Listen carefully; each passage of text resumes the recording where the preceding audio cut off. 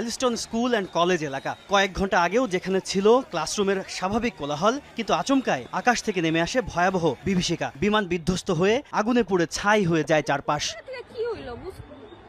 দুপুর 1:06 দিকে উড্ডয়ন করে বাংলাদেশ বিমান বাহিনীর F-7 BGI মডেলের একটি প্রশিক্ষণ বিমান। বিমানটি চালাচ্ছিলেন বাফা 76 ব্যাচের ফ্লাইট লেফটেন্যান্ট তৌকির ইসলাম সাগর। 13 মিনিটের মতো আকাশে ওড়ার পর হঠাৎই নিয়ন্ত্রণ হারায়, বিধ্বস্ত হয়ে আছড়ে পড়ে মাইলস্টোন স্কুল অ্যান্ড কলেজের বিল্ডিংয়ে।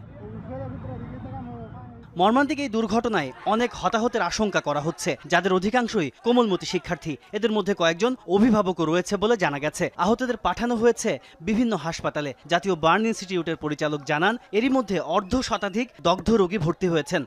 এখন পর্যন্ত আমাদের 60 জন যেটা ভর্তি করা হয়েছে, আরো 10-15 জনের ক্যাপাসিটি এখানে নেওয়ার মতো হবে।